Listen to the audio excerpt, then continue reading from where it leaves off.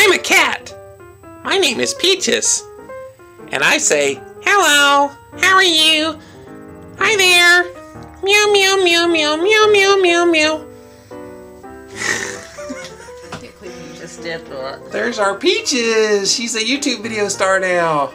Oh, what you fussing at? This is our youngest kitty. Her name is Peaches. And she is a terror. What's funny is right before every video, we close the door so that none of the kitties will bother us. And what does she do? She sits out outside the door and she goes,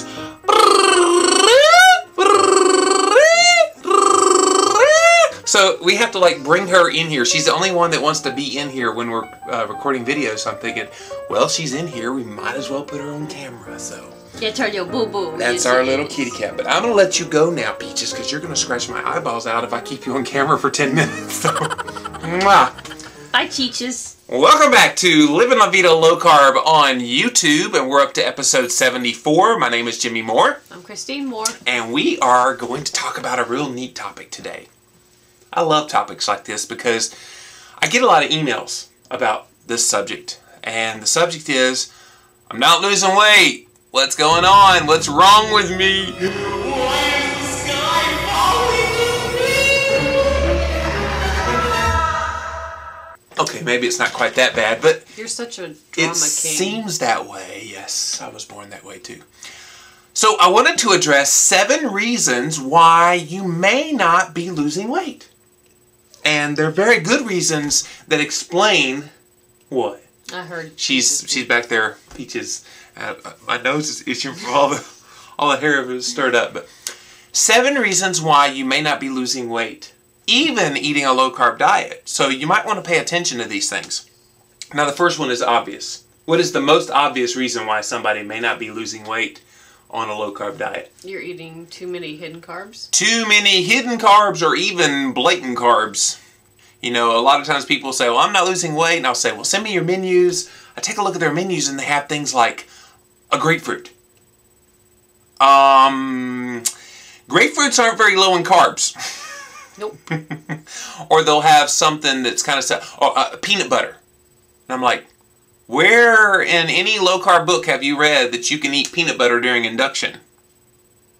Not during the first few weeks. Maybe later on in your low-carb lifestyle, but not early on. You need to cut out those hidden carbs and cut out the blatant carbs that you know aren't any good. And that's where label reading comes in to play. It's so important that you're reading your labels so that you're not getting those hidden carbs, and look for, you know, hidden ways to have sugar get into your diet. Like one of the things I was reading on one label, it said evaporated cane juice.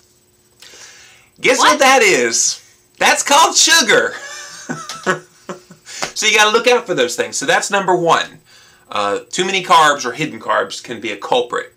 Another one is, and this one shocks a lot of people because of the whole calorie restriction movement, but too few calories can actually be detrimental to your weight. And you're thinking, well, wait a minute, if I don't put very many calories into my body, how is that going to make me gain weight or not lose weight? Here's what happens. Your body goes into starvation mode, holds on to every morsel of food and calories that you give it. In other words, it needs sustenance, and if you're not going to provide it the adequate amount of sustenance, it's just going to hang on to it for dear life. So if you're eating less than 1,200 calories in a day on your low-carb lifestyle, we talked about it a couple of episodes ago, calories are irrelevant. And the reason they're irrelevant is you eat plenty of them and you get enough of them. Yeah, Peaches is still making my nose.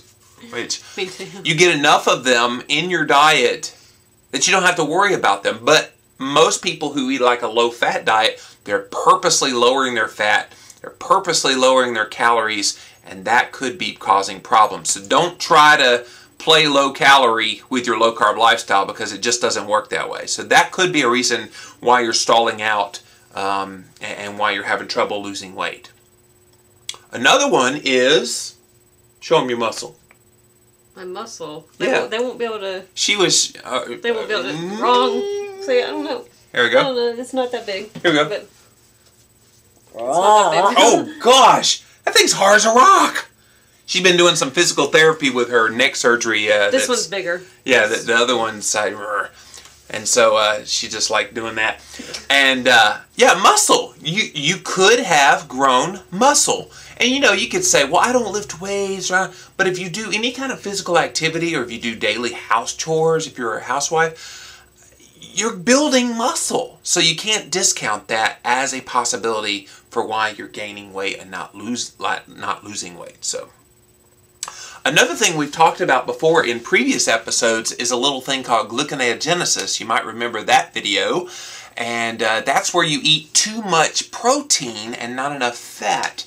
And when you eat too much protein, people don't realize this, but protein gets turned into glucose, which is sugar in your body, you know, and that's going to cause some problems. People are like, well, I don't eat very many carbs, but I have like chicken breasts. Well, hello, chicken is like all protein and very little fat, no carbs. So it's little reason, you know, there's no doubt in my mind as to why you're gaining or not losing. It's because of that protein. So that's number 4. So we've got too many carbs, too few calories, growing muscle, too much protein. The next one, number 5, is something you do. Medications. Oh, yeah. She takes some medication.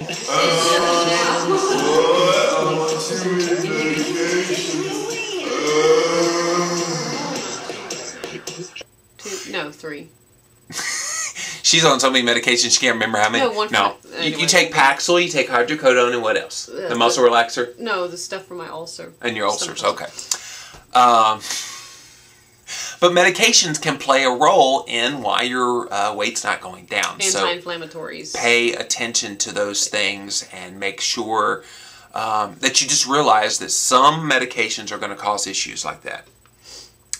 Now, number 6 is another thing that people may not realize, because The Biggest Loser kind of glorifies it, but too much exercise, especially cardio exercise, can cause adrenal fatigue. And people are like, what? Yeah, if you are exercising for an hour, 2 hours, God forbid, 3+ hours a day, you might just be wearing yourself out. And that is not a good thing when you're trying to lose weight. Back off on the cardio. In fact, I would say cut out the cardio and replace it with good resistance training and interval training, high-intensity interval training, and you'll see much better results with the fat loss. And finally, the number 7 one is stress. If you're under a lot of stress, if you've got things going on in your life, even good stress, like you're getting married or something like that, good stress can still cause cortisol to be released, and you're going to have issues. So those are the 7 things that, that might be stalling you out and keeping you from losing weight. Now, the good thing to remember is the body's constantly adjusting. You don't want to compare yourself with other people. You might say, well, Sally's losing 10 pounds and I haven't lost any. Don't do that to yourself. You are you, and you've got to take care of you. And remember, most of all, low carb is a lifetime way of eating. It's not a fad diet. It's not something you're doing quickly. It's something you're going to do for the rest of your long and healthy life. Yippers. Well, that's all the time we have for Livin' La Vida Low Carb on YouTube, episode 74. Thanks so much for watching, and we'll see you again real soon. See ya! Bye.